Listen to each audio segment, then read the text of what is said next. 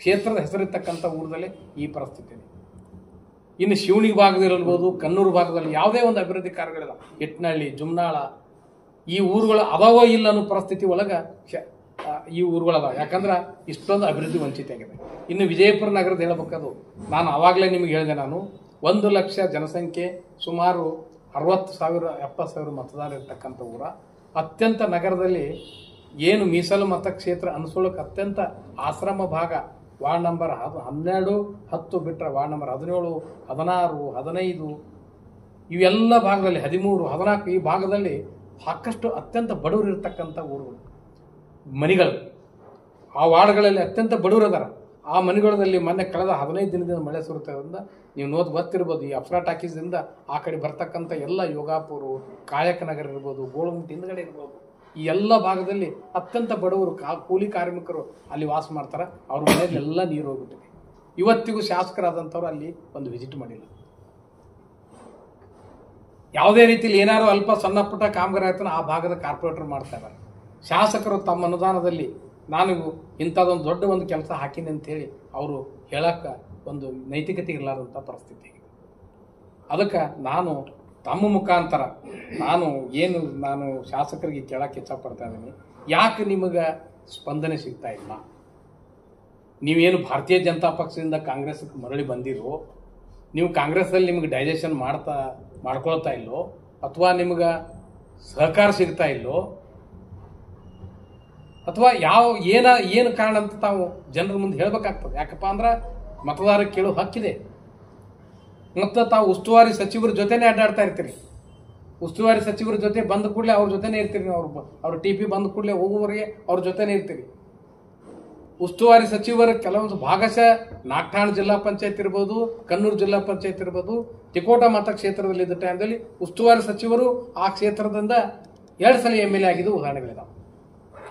ಮತ್ತು ಅವರಿಗೆಲ್ಲ ಹಳೆ ಆ ಕ್ಷೇತ್ರದ ಮಾಹಿತಿ ಇದ್ರು ಸಹಿತ ಅವರಿಂದ ನಿಮ್ಗೆ ಸಹಕಾರ ಸಿಗ್ತಾ ಇಲ್ಲೋ, ಅಥವಾ ಕಾಂಗ್ರೆಸ್ದಿಂದ ನಿಮ್ಗೆ ಸಹಕಾರ ಸಿಗ್ತಾ ಇಲ್ಲೋ, ಅಥವಾ ಅಹಿಂದ ನಾಯಕರಂತಕ್ಕಂಥ ಸಿದ್ದರಾಮಯ್ಯ ಸಾಹೇಬರು ತಾವು ಯಾಕೆ ಗಟ್ಟಿದ್ದೀನಿ ಇಲ್ಲಿ ಕೇಳ್ತಾ ಇಲ್ಲ.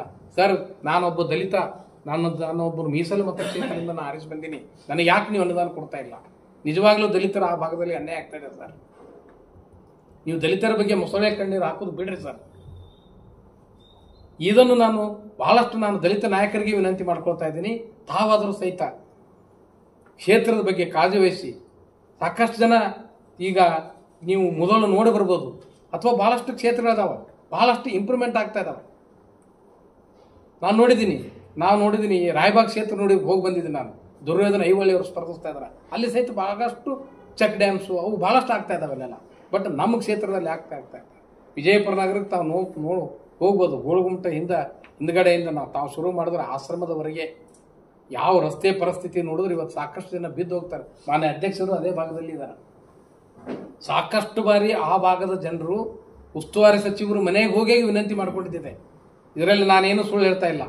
ಬೇಕಾದ್ರೆ ಆ ಭಾಗದಲ್ಲಿ ತಾವು ರ್ಯಾಂಡಮ್ ಆಗಿ ಚೆಕ್ ಮಾಡ್ಕೋಬಹುದು. ಎಷ್ಟು ಸರಿ ಉಸ್ತುವಾರಿ ಸಚಿವರಿಗೆ ಹೋಗಿ ವಿನಂತಿ ಮಾಡ್ಕೊಂಡಿದ್ದಾರೆ. ಯಾಕೆ ನೀವು ಮಾಡ್ತಾ ಇಲ್ಲ?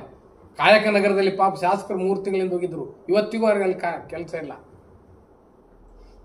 ಅದಕ್ಕೆ ದಯವಿಟ್ಟು ಈ ಭಾಗಕ್ಕೆ ನಾನು ಏನು ಕೇಳ್ತಾ ಇದ್ದೀನಪ್ಪ ಅಂದ್ರೆ, ಮೀಸಲು ಮತಕ್ಷೇತ್ರಕ್ಕೆ ಹೆಚ್ಚಿನ ಅನುದಾನ ಕೊಡಬೇಕು. ಅಲ್ಲಿರ್ತಕ್ಕಂಥ ದಲಿತರಿಗೆ, ಶೋಷಿತ ವರ್ಗದವರಿಗೆ ಸರ್ಕಾರ ಮೇಲ್ಮಟ್ಟಕ್ಕೆ ತಂದು ಅವ್ರಿಗೆ ಒಳ್ಳೆಯ ಎಜುಕೇಷನ್, ಅವ್ರಿಗೆ ವಾಸಿಸಲಿಕ್ಕೆ ಉತ್ತಮವಾದ ಮನೆಗಳಿರ್ಬೋದು. ಇವತ್ತಿಗೆವರೆಗೂ ಎಲ್ಲಿ ಸ್ಲಮ್ ಬೋರ್ಡ್ಗಳು ಇರ್ತಕ್ಕಂಥ 2 ದೊಡ್ಡ ಸ್ಲಮ್ ಬೋರ್ಡ್ಗಳು ಇರ್ತದೆ, ನಾಲ್ಕಾಣ ಮಾತ್ರ ಅಲ್ಲಿ ಎಷ್ಟು ಮಂದಿಗೆ ಅಲ್ಲಿ ಇವತ್ತು ಅಲ್ಲಿ ಅದಾರ, ಎಷ್ಟು ಮಂದಿಗೆ ತಮ್ಮ ಫಲಾನುಭವಿಗಳು ಅದಾರ ಎಂದು ಶಾಸಕರು ಹೇಳ್ಬೇಕು. ಯಾವುದೇ ರೀತಿಯಲ್ಲಿ ಏನೂ ಅಭಿವೃದ್ಧಿ ಕಾರ್ಯಗಳಿಲ್ಲ. ಅದಕ್ಕೆ ನಾನು ತಮ್ಮ ಮುಖಾಂತರ ಮಾನ್ಯ ಶಾಸಕರಿಗಿರ್ಬೋದು, ಉಸ್ತುವಾರಿ ಸಚಿವರಿಗೂ ಸಹಿತ ನಾನು ಹೇಳಕ್ಕೆ ಇಚ್ಛಪಡ್ತೇನೆ. ಯಾಕಂದರೆ ತಮ್ಮ ಸಂಸ್ಥೆ BLD ಸಂಸ್ಥೆ ಅತ್ಯಂತ ಸಮೀಪಿದೆ. ಎಕ್ಸಾಕ್ಟ್ಲಿ ತಮ್ಮ ಸಂಸ್ಥೆ ಅಪೋಸಿಟೇ ನಾಗಠಾಣ ಮತಕ್ಷೇತ್ರದ. ತಾವು ಒಂದು ಬಾರಿ ಮನೆಯಲ್ಲೆಲ್ಲ ಸಿಟಿಯಲ್ಲಿ ವಿಸಿಟ್ ಮಾಡಿದ್ರಿ, ನೋಡಿದೆ ನಾನು. ತಮ್ಮ ಸರ್ಕಾರ ಇದೆ. ಜಮೀರ್ ಅಹಮದ್ ಅವರು ಅಲ್ಲಿಂದ ಬರೋ ಟೈಮ್ದಲ್ಲಿ ಭಾಳಷ್ಟು ದೊಡ್ಡ ಕೂಗಾಟ ಹಾರಾಟ ಮಾಡ್ಕೊಂಡು ಬಂದರು. ಇವತ್ತು ಅಲ್ಪಸಂಖ್ಯಾತರ ವಾಸಕ್ಕಂಥ ಕಾಲನಿಯಲ್ಲಿ ಏನು ಗತಿ ಇದೆ? ನಿನ್ನೆ ಅಲ್ಪಸಂಖ್ಯಾತ ನಾಯಕರು ಕೆಲವೊಂದು ಮಂದಿ 3 ದಿನದಿಂದ ಯೂಟ್ಯೂಬ್ದಲ್ಲಿ ಅಲ್ಲಿ ಹೋಗ್ಯಾವ, ಇಲ್ಲಿ ನೀರು ಹೋಗ್ಯಾವ, ಅಲ್ಲಿ ನೀರು ಹೋಗ್ಯಾವ ಅಂತೇಳಿ ಹೇಳ್ತಾ ಇದ್ರು. ನಿಮ್ಮ ಸರ್ಕಾರ ಇದೆ ಗುರುಗಳೇ, ನಿಮ್ಮ ಸರ್ಕಾರ ಇದೆ. ಜಮೀರ್ ಅಹಮದ್ ಅವ್ರ ಕಾರಿಂದ ಎಷ್ಟು ಅನುದಾನ ತಂದ್ರಿ? ಮೈನಾರಿಟಿ ಫಂಡ್ದಲ್ಲಿ ಮಾಡ್ಬೋದಾಗಿತ್ತಲ್ಲ. ಜುಮ್ಮಾ ಮಸೀದ್ ರೋಡ್ ಏನು ಗತಿ ಇದೆ? JM ರೋಡ್ದಲ್ಲಿ ನೀರು ಹೋಗಿ ಮನೆ ಪಾಪ ಎಷ್ಟು ತೊಂದರೆ ಆಗಿದೆ ಅಲ್ಲಿ. ಅಂದ್ರೆ ನಿಮಗೆ ಬರೇ ನೀವು ದಿನಕ್ಕೊಂದೊಂದು ಯೂಟ್ಯೂಬ್ ಮಾಡಿ ಇವ್ರಿಗೆ ಬೈದು ಅವ್ರಿಗೆ ಬೈದು ಉದ್ಯೋಗ ಮಾಡೋದು, ಅದು ಮುಂಜಾನೆ ಬೈದು ಸಂಜೆ ತನಕ ಎಷ್ಟು ಮಂದಿ ಕಮೆಂಟ್ಸ್ ಮಾಡಿದ್ರು, ಎಷ್ಟು ಮಂದಿ ಲೈಕ್ ಮಾಡಿದ್ರು, ಇದರಲ್ಲೇ ಸಮಯ ವೇಸ್ಟ್ ಮಾಡಬೇಡ್ರಿ. ಅಭಿವೃದ್ಧಿ ಕಡೆ ಲಕ್ಷ ಕೊಡ್ರಿ. ನಿಮ್ಮ ಸರ್ಕಾರ ಇದೆ, ಹೌದು. ಅಲ್ಪಸಂಖ್ಯಾತರು ನಮ್ಮ ನಿಂದೆ ಕಾಂಗ್ರೆಸ್ ಬಂದಿದೆ ಅಂತ ಹೇಳ್ತಂದ್ರೆ ಅಲ್ಪಸಂಖ್ಯಾತರು ಸಂಪೂರ್ಣ ಕಾಂಗ್ರೆಸ್ ಕಡೆ ಇದೆ ಅಂತ ಹೇಳ್ತಾರೆ. ಸರ್ಕಾರ ಬಂದು 2 ವರ್ಷ ಆಯ್ತು ಸ್ವಾಮಿ. ಅಲ್ಪಸಂಖ್ಯಾತರ ವಾರ್ಡ್ದಲ್ಲಿ ಏನು ಡೆವಲಪ್ಮೆಂಟ್ ಇದೆ ಅಂತ ಹೋಗಿ ನೋಡ್ಬೋದು. ಡೆವಲಪ್ಮೆಂಟ್ ಕಡೆ ಲಕ್ಷ್ಯ ಕೊಡ್ರಿ. ಅನ್ನ ಸರಿ ರಾಜಕಾರಣ ಮಾಡೋದ್ರಲ್ಲಿ ಅರ್ಥ ಇಲ್ಲ.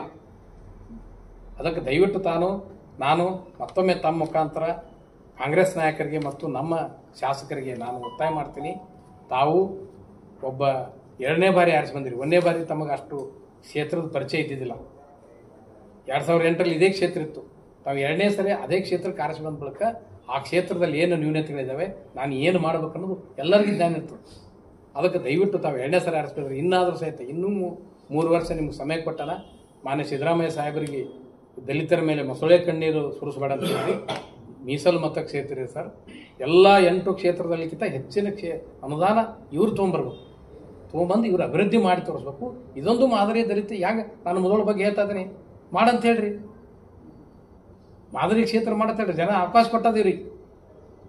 ಅದಕ್ಕೆ ತಾವು ನಿಜವಾಗ್ಲೂ ಉಸ್ತುವಾರಿ ಸಚಿವರ ಜೊತೆ ತಮ್ಮದು ಬಾಂಧವ್ಯ ಚೆನ್ನಾಗಿತ್ತು ಅಂದರೆ ತಾವು ಉಸ್ತುವಾರಿ ಸಚಿವರ ಮುಖಾಂತರ ಆಗಲಿ, ತಾವೇ ಮಾನ್ಯ ಮುಖ್ಯಮಂತ್ರಿಗಳ ಮುಖಾಂತರ ಆಗಲಿ ಒತ್ತಾಯ ಮಾಡಿ ಹೆಚ್ಚಿನ ಅನುದಾನ ತಂದು ಭಾಗಶಃ ಸಿಟಿಯಲ್ಲಿರ್ಬೋದು, ರೂರಲ್ ಭಾಗ ಚಡಚಣ ಭಾಗ ಇರ್ಬೋದು, ನಾಗಠಾಣ, ಶಿವಣಗಿ, ಕನ್ನೂರು ಈ ಭಾಗದಲ್ಲಿ ಸಹಿತ ಅಭಿವೃದ್ಧಿ ಕಾರ್ಯಗಳು ಮಾಡಿರಿ.